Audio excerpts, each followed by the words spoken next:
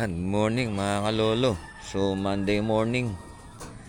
Ano tayo? Monday morning routine. Dito muna tayo sa ating old loop.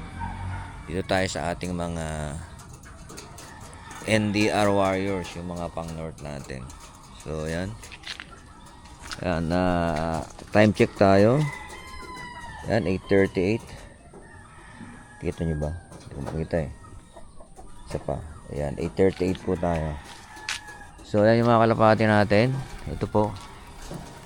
Pinalipad natin sila kanina pang alas 6. Ngayon, nandiyan na sila lahat nakatambay sa bubong ng loop natin. Yan, oh. Sila, oh. Ayan, oh. Ayan. Pag-alagala na sila dyan. Kasi alam nila, yan, kuha tayo pagkain. Alam nila, kakain na sila. So, yan, tinatanggal natin yung tubig. Kung may laman pa to, tapon natin. Ano ilang pa rito. Pero probiotic naman yun. So yan yung mga kalapati natin. Oh, yan, oh. Check natin sila. Yung ginawa ng aking manugong nadaanan ko. Ayan. So yan, oh. Ayan sila. Alam nila kasi ganitong mga oras kakain na sila o malapit na silang kumain. So yung mga ay na magliparan.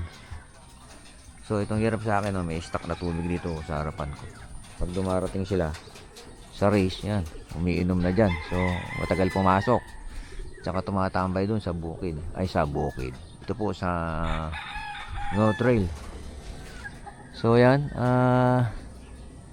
yun, so far maganda naman yung kanilang kondisyon. Pero yung aking puti dyan, nawawala yung puti ko. Tinatawag kong puti siya kasi ano siya, mas marami siyang puti sa katawan. Ayun, nasa may ano. Akala ko lungkutin siya kanina. Hindi naman pala. So kukunin ko lang tong ano. Kukunin ko lang tong ano. Kainan nila. Tapos tatawagin natin sila. Lagyan natin muna rito.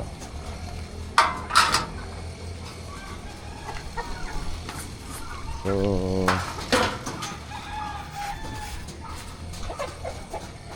yan, ito yung kainan nila. Ilalagay ko lahat yan, tatlo. Kasi gusto ko hindi sila masyadong nagbubulihan pagka kumakain. Kaya, bumili ako ng tatlong ganito para yung kahabaan ng loop nila, merong kainan. So, kunin na natin pagkain. So ginagawa ko, 2 takal lang nito. Buksan muna natin ano pala, yung kanilang trapdoor. So ayan, oh.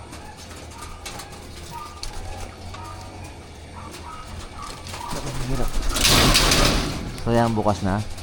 Tapos tatawagin natin sila.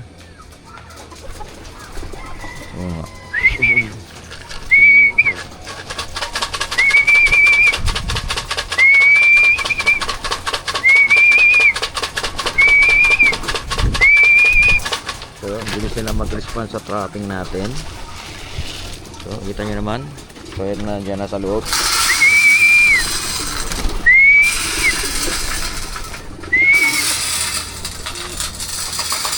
Ayan, konti lang muna. Isa lang muna ang takal.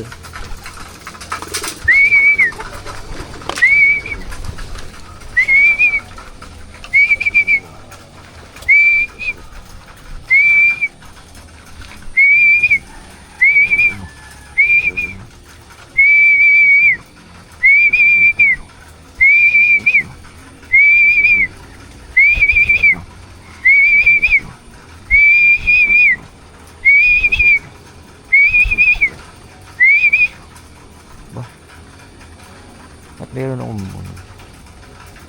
yung pula ko yun.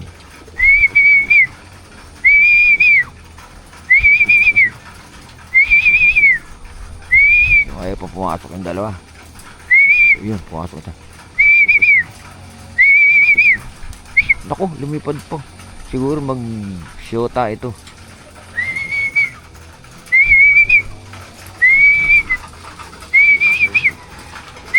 Bara ako pala yun.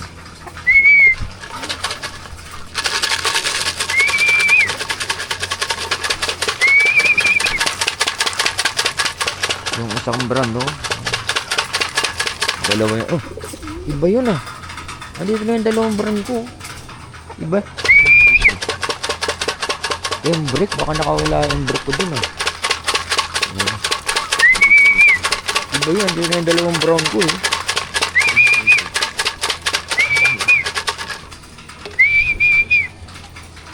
Oh, iba yun oh. Isa pa.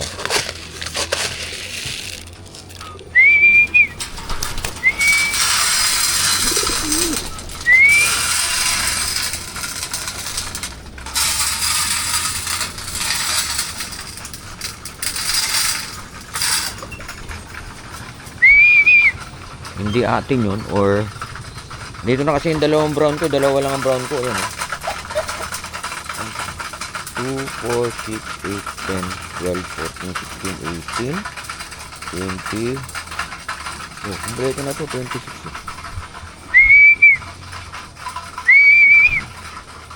Yung nandito pumasok na siguro.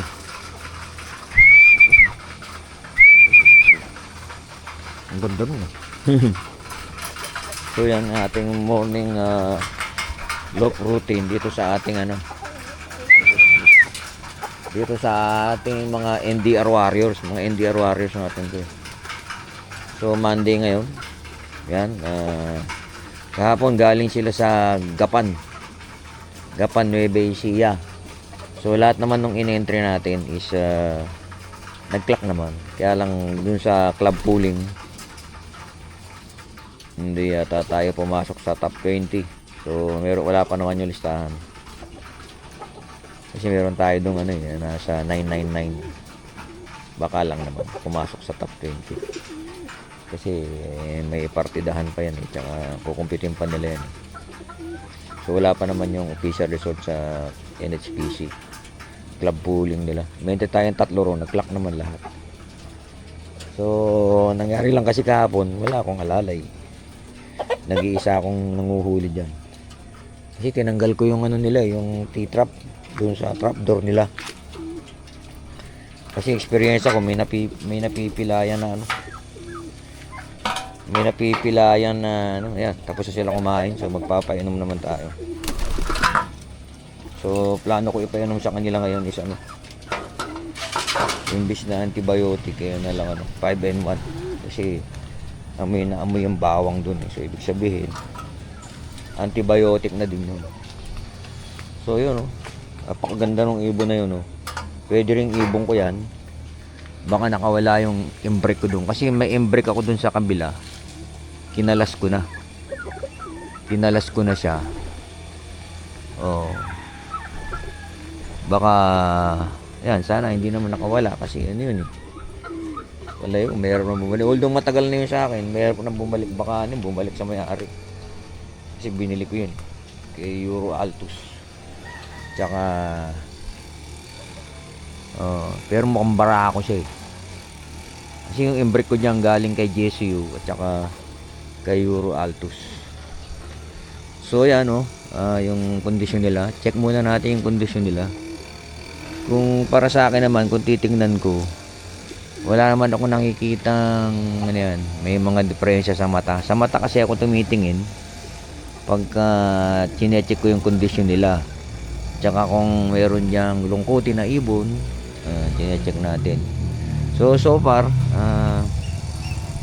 itong mga to para sa akin is maganda naman yung kondisyon nila. Pag nagpapamerienda ako, puro malunggay dito, kuha ko dyan malunggay, yung dahon ng malunggay. Mamaya kuha ko dyan yung mga murang dahon lang. Or kung malago na yung ko doon, kung malago na yung aking oregano doon, baka oregano yung pamerienda ko sa kanila mamaya. So balikan ko kayo, magtitimpla lang ako ng ng inumin nila. So welcome back mga kalulu. So ayan, nagbigay na tayo ng inumin nila. So ginawa ko lang yun 3-in-1 tsaka yung plus honey. Ayun, kung napapansin nyo bakit may puti-puti dyan sa ilalim ng ilalim ng aking loop, naglalagay po tayo ng apog dyan kasi pagka nandiyan tayo sa loob ng loop, nangangamoy yung kanilang ipot, lalo na kung nag-uulan. Kaya naglagay tayo ng ano, naglagay tayo ng apog dyan sa ilalim. Yan, so kontrolado yung pagkain nila. Dalawang takal lang. So nung nakaraan, nagpakain tayo ng 2 takal sa umaga, tapos nung sumunod is hapon din tayo nagpakain nung niload natin sila. So far maganda naman. So ayun pa yung isa, oh. Ayun pa yung ano, yung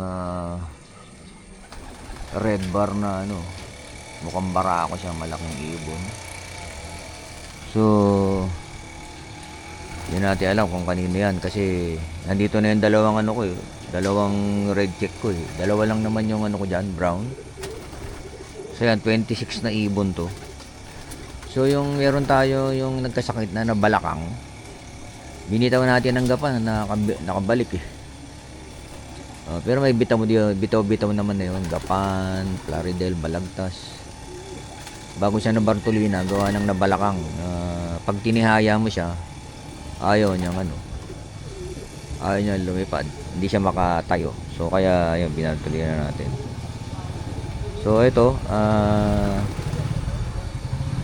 mukhang hindi sila uhaw.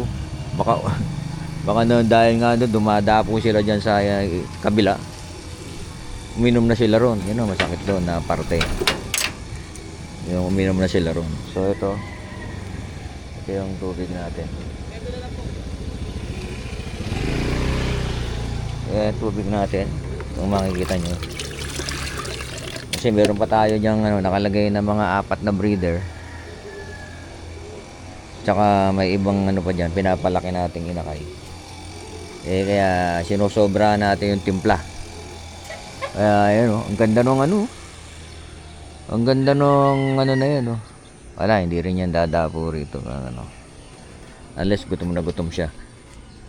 So yan yung ating morning routine dito sa ating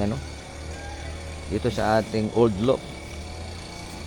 Kasi ito pakiusap dun sa may-ari, sa October ko na to tatanggalin, pagka hindi kasi atin yung lupa, pagka tapos na yung karera. So yun mga kalolo, good morning sa inyo. Maraming salamat sa panonood sa vlog ni Lolo.